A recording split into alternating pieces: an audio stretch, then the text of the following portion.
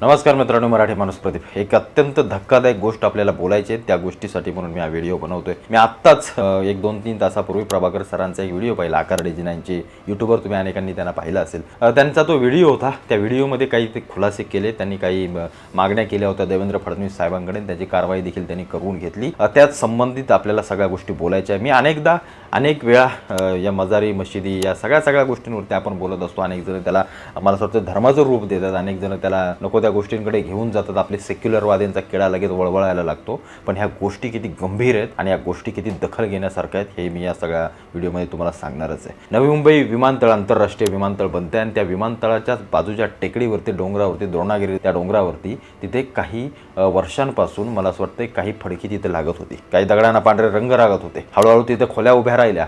हळूहळू तिथं मशिदी मजारी वाढायला लागल्या. या सगळ्या गोष्टी गेल्या 5-6 वर्षामध्ये घडत होत्या आणि त्या गोष्टी घडत असताना अनेकांनी तिथं तक्रारी केल्या, सगळ्या गोष्टी केल्या. पण काही त्याचं निवारण एवढ्या प्रमाणामध्ये झालं नव्हतं. तिथल्या गाववाल्यांनी देखील त्यांना सगळ्या गोष्टी हुडकवायचा आणि हुसकवायचा प्रयत्न केला, पण ते देखील ऐकत नव्हते. पण ही गोष्ट अत्यंत महत्त्वाची आहे. तो त्यांनी अनधिकृत दर्गा बांधला, तो कसा बांधला, काय बांधला ते काही सांगायची गरज नाही. ते कुठेही जाऊन पोचतात, गडांवरती पोचतात, तर ते डोंगराचं सोडूनच द्या. पण याच ठिकाणावरून खालच्या बाजूला आंतरराष्ट्रीय विमानतळ जे आहे ते मला असं वाटतं पूर्णपणे तिथं निहाळता येते. समोरच्याच खाडीच्या पलीकडच्या डोंगरावरती भाभा ॲटॉमिक सेंटर आहे आपलं, BARC आहे. तिथं अत्यंत संवेदनशील भाग आहे आपल्या देशातला आणि तिथं कोणालाही तिथं जाऊ दिलं जात नाही. साधा पक्षी देखील तिथं जात नाही. या ठिकाणाहून ती सगळी गोष्ट दिसते. समोरच मुंबई दिसते. मुंबईची प्रत्येक हालचाल या डोंगरावरून कॅप्चर करता येते.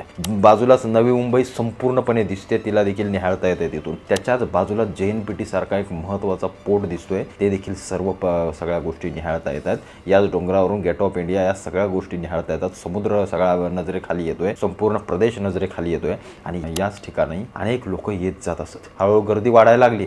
कोण येते, काय येते, कोणाला काही थांगपत्ता नव्हता याच्याविषयी. त्याच डोंगरावरून अनेक जण दुर्बिणीनं सगळा प्रदेश निहाळत होते. नक्की काय करायचं होतं, कोण होती ही लोक या दर्ग्यामध्ये मशिदीमध्ये येणारे, काय यांना डोंगरावरती दर्गा मशिदी बांधून काय नक्की विमानतळाला उडवण्याचा घात होता, बाबा ॲटॉमिक सेंटरचा घात होता की मुंबईसारख्या ठिकाणी लक्ष ठेवून नक्की काय करायचं होतं. ही गोष्ट अत्यंत म्हणजे इतकी भयंकर ही गोष्ट आहे ना की येणाऱ्या काळामध्ये काहीतरी चुकीचं एक जरी गोष्ट घडली असते ना तर कित्येक जीव आपल्याला गमवावे लागले असते, एवढं मात्र नक्की. आपण अनेक ठिकाणी पाहतो डोंगर दऱ्यांवरती लँड जिहाद मोठ्या प्रमाणामध्ये वाढतोय. ही सगळी लोक हळूहळू सगळे डोंगर बिंगर कॅप्चर करतात. या मुंबऱ्याच्या डोंगरावरती तर कित्येक मजारे नानधिकृत मशिदी उभ्या राहिल्यात. तिथून काय त्यांना निहाळायचंय, नक्की काय करायचंय कोणालाही काही ठाऊक नाहीये. की लोक इतक्या मोठ्या प्रमाणामध्ये घुसलेत आणि खास करून बाहेरचे मुसलमान, हे बांगलादेशी, हे रोहिंगे इथं येऊन अनेक कटकारस्थान करतात आणि त्यांना चालवणारे काही हात आहेत. त्या हात मला असं वाटतं आधी शोधणं अत्यंत महत्त्वाचं आहे. असो, त्याविषयी बोलूया आपण. या सगळ्या गोष्टी प्रभाकर सूर्यवंशी यांनी म्हणजे अनेकांनी देखील तक्रार केली होती. यांनी देखील ही गोष्ट अत्यंत मोठ्या प्रमाणामध्ये उचलली. याचे फोटो, याचे व्हिडिओ, याची संबंधित तक्रार त्यांनी ते मंत्रालयाला देवेंद्र फडणवीस साहेबांच्या इकडे केली.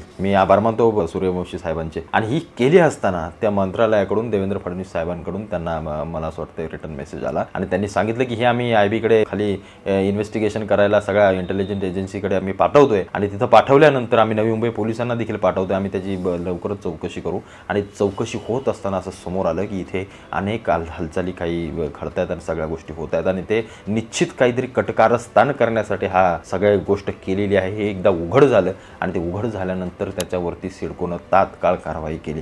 हे इलेक्शन झाल्यानंतर दुसऱ्या दिवशीच आहे. मी हे का तुम्हाला सांगतोय, सांगण्याचा उद्देश फक्त एक आहे की आपली सरकार किती महत्त्वाची आहेत, किती महत्त्वाची. आज त्या लोकांनी जर काय उद्या कटकारस्थान केलं असतं ना, तुमच्या आमच्यासारखी सामान्य आपली माणसं मेली असती, त्यांची नाही मेली असती, त्यांची नसती मेली. ते तिथं नाही बॉम्बस्फोट करणार, ते तुमच्याच बहुल भागात बॉम्बस्फोट करतील, नाही तर उद्या काही घातपात करतील. उद्या तुमचं एखादा विमान हायजॅक तिथून झालं असतं, वरनं आंतरराष्ट्रीय विमानतळ दिसते, वरनं सबसेल खाली सगळं दिसते. उद्या बॉम्ब जरी टाकला तरी उडवून टाकला असता आपल्याला कोणाला काही समजलं नसतं. आपलं लक्षच नसतं आजूबाजूला. आपलं कुठं लक्ष, हो द्या मजार होत आहे चाललेलं. अरे गडांवरती जाऊन पोचले आमचं अजून लक्ष नाही आहे, तर आम्ही इथं काय लक्ष द्यायला आम्ही पुढे जाणार आहोत. पण देवेंद्र फडणवीस साहेबांनी तात्काळ त्यांनी आदेश दिले आणि या सगळ्या गोष्टी नेस्तनाबूत करून टाकल्या. अशाच अनेक गोष्टी तुमच्या आजूबाजूला घडतात. अनेक गोष्टी, आमचा काय धर्माला कुठला विरोध नाहीये, पण त्या धर्माच्या आडून जे काही सगळं हिरवं सावट आणि या देशाला मातीत घालायचं जे काम चालू आहे ना, त्याच्याबद्दल आपल्याला सर्वांना जागरूक राहणं महत्त्वाचं आहे. तुम्ही अनेक जण आम्हाला म्हणता काय फडणवीसाची चाटतोन काय करतो बीजेपीची, याच्यासाठी चाटावी लागते बाबांनो, याच्यासाठी धर्मासाठी चाटावी लागते.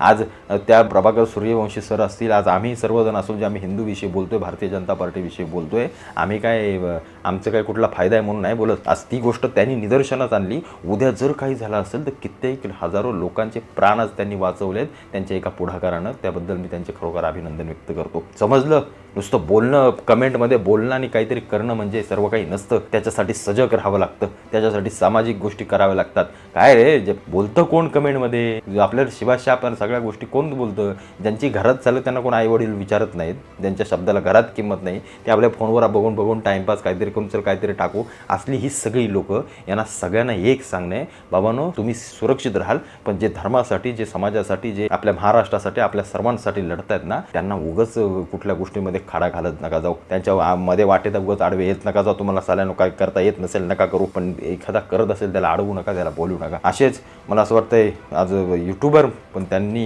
एवढी मोठी गोष्ट लावून धरली, एक मोठा अपघात पुढच्या येणाऱ्या काळामध्ये घडला असता तो टळला. निश्चित मी त्यांचे सर्वांचे आभार मानतो आणि देवेंद्र फडणवीस साहेबांचे देखील आभार मानतो. सजग राहा, मला असं वाटतंय सावधान राहा, आजूबाजूला काय घडतंय याच्याकडे तुमचं देखील कटाक्षानं लक्ष असलं पाहिजे, एवढंच मला फक्त सांगायचं तुम्हाला.